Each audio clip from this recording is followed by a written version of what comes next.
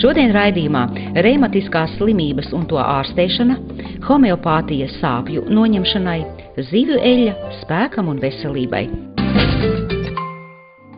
Katru gadu 12. oktobrī tiek atzīmēta Pasaules artrīta diena ar mērķi pievērst sabiedrības uzmanību reimatiskajām slimībām, to simptomiem, saulaicīgas slimības diagnostikas un ārstēšanas nepieciešamībai, lai apturētu slimības attīstību un novērstu invaliditāti. Artrīts pēc savas definīcijas ir locītavas iekaisums. Iekaisums var būt dažāds, var būt ļoti strauji, ļoti smagas formas. Strutains artrīts, kurš izraisa baktērijas, varbūt reumatīts artrīts vai poliartrīts, kas ir autoimūns process, varbūt vielmaiņas traucējumi kā podagrisks artrīts un vēl vairāki citi. Varbūt tomēr viss tāds pazīstamākais, visplašāk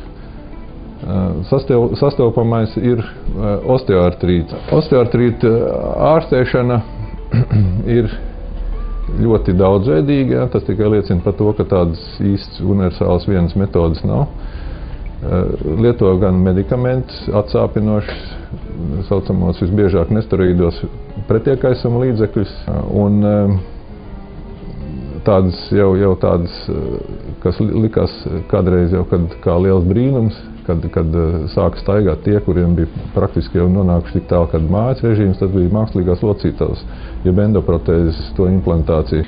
Artrīts rada neciešamas sāpes. Viens no efektīviem bezrecepšu līdzekļiem sāpju mazināšanai ir Voltaren Emulgel 23,2 mg gramā gels ar 12 stundu iedarbību. Šis produkts ir efektīvs pie locītavu sāpēm, ieskaitot artrītu, un ir vienīgais Latvijā, Baltijā, kā arī daudzās citās Eiropas valstīs pretsāpju gels ar 12 stundu iedarbību. Pacientiem ar hroniskām locītavu sāpēm nereti rodas diskomforts dienas vidū vai naktī. Īpaši nepatīkams ir rīta stīvums, kurš neļauj kārtīgi izgulēties. Voltaren Emulgel 23,2 mg gramā gels ar 12 stundu iedarbību ir īpaši ērts pacientiem ar locītavu sāpēm, jo sniedz ļoti ilgstošu darbību. Šis gels jālieto tikai 2 reizes dienā, kamēr visas citas dihlofenaka ziedes, kuras ir 1% koncentrācijā, jālieto 3 līdz 4 reizes dienā. Gels ir uz dihlofenaka bāzes, bet tam ir 2 reizes stiprāka koncentrācija nekā citām populārām dihlofenaka ziedēm. Atšķirībā no tabletēm, kuras vispirms nonāk kuņģī, gels tieši nonāk locītavā, sāpju vietā.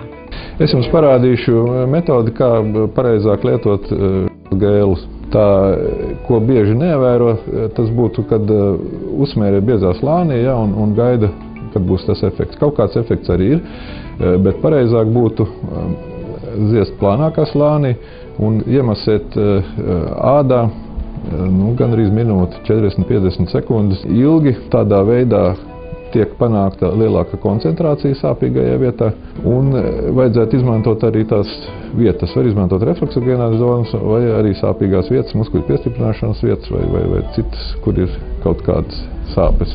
Varētu vēl, ja ir kaut kādas pieejamas fizioterapijas metodas, ir dažādas aparātiņi ar dažādu garumu viļņu iedarbību, kuras varētu lietot arī mājās, vai arī to lietot kādā ārstnieciskā iestādē, kad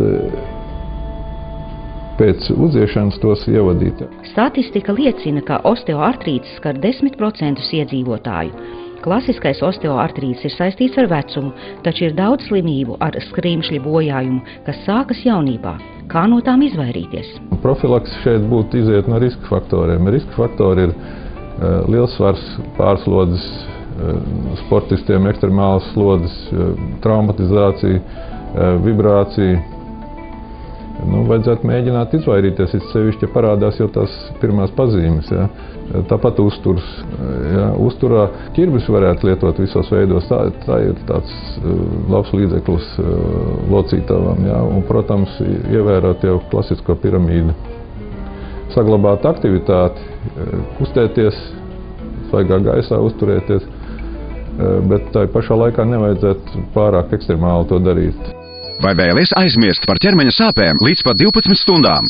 Tas beidzot ir iespējams ar Voltaren Emulgel 12 stundu iedarbības gelu. Pateicoties inovatīvajai formulai, tas efektīvi iesūcas un ar divkāršu spēku iedarbojas uz sāpju cēloni iekaisumu. Tādējādi atvieglojot sāpes līdz pat 12 stundām.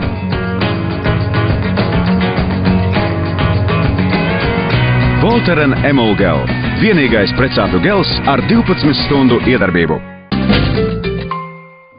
Homeopātija ir medicīnas nozara, kur ārstēšanā izmanto dabīgas vielas, rūpējas par organisma aizsargspēju paaugstināšanu, kā arī par attīrīšanu no ķīmiskajiem piesārņojumiem.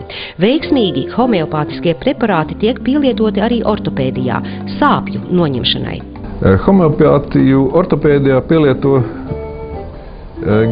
gandrīz visos gadījumos, kas ir saistīti ar locītavu deģenerācijas sāpēm, ar izmaiņām mugurkaula patoloģija ietekmēs, tas ir savilktiem muskuļiem, disproporcijām, skoliozēm, pazīstamāk termini varbūt ir osteohondroze, kuru rezultātā sāpes plecos, elkoņos, gūžu ceļu locītavās, pēdās. Visur tur mēs varam izmantot homeopātiskus līdzekļus. Lietojot homeopātiskos līdzekļus nav blakus parādību, tādas kā kuņģa, aknu vai nieru problēmas, kas rodas ilgstoši lietojot parastos pretsāpju līdzekļus.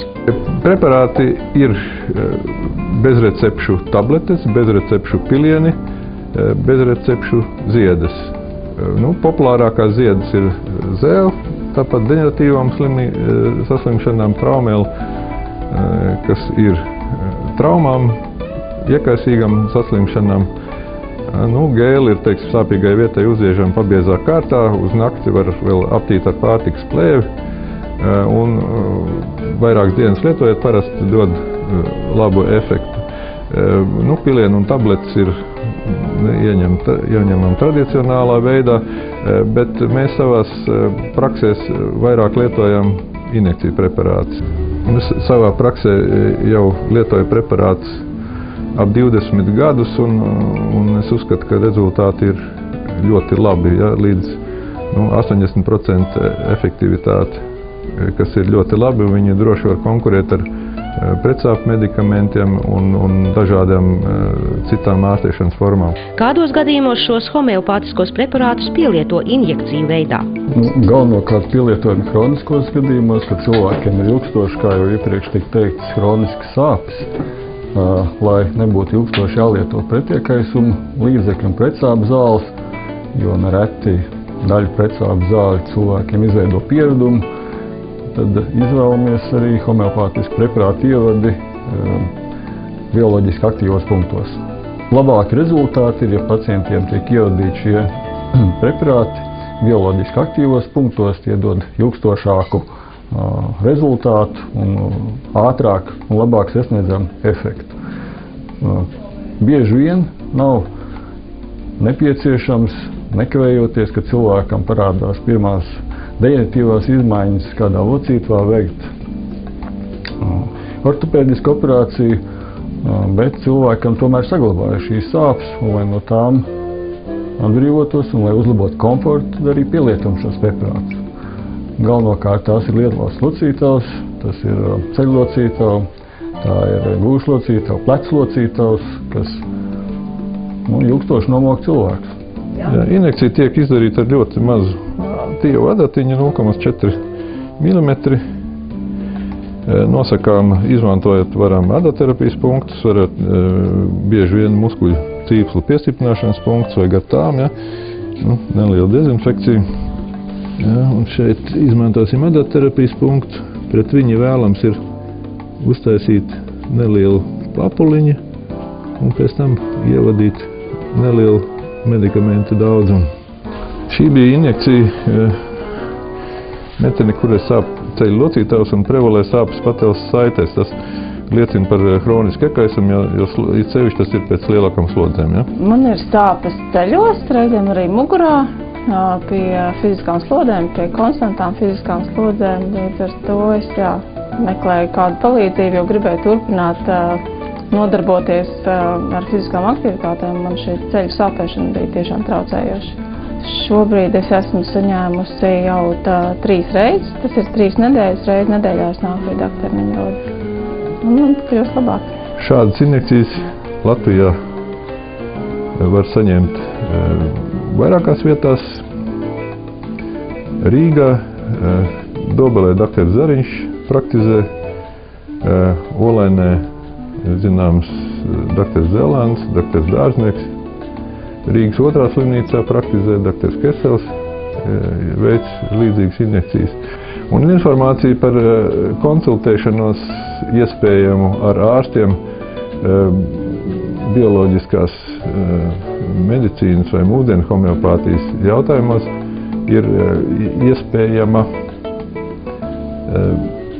tā bioloģiskās medicīnas žurnāla pielikumā mūsdienu homeopātija, kurš ir atrodams daudzās lielākajās aptiekās. Pacients mēs pieņemam bez ģimenes ārsta nosūtījuma, variet izmantojot redzamos telefonus, droši zvanīt, droši pieteikt vizīti. Svaigi vitamīniem bagāti augļi, dārzeņi un zaļumi, kā arī saules siltums, pie mums nav pieejami visu gadu.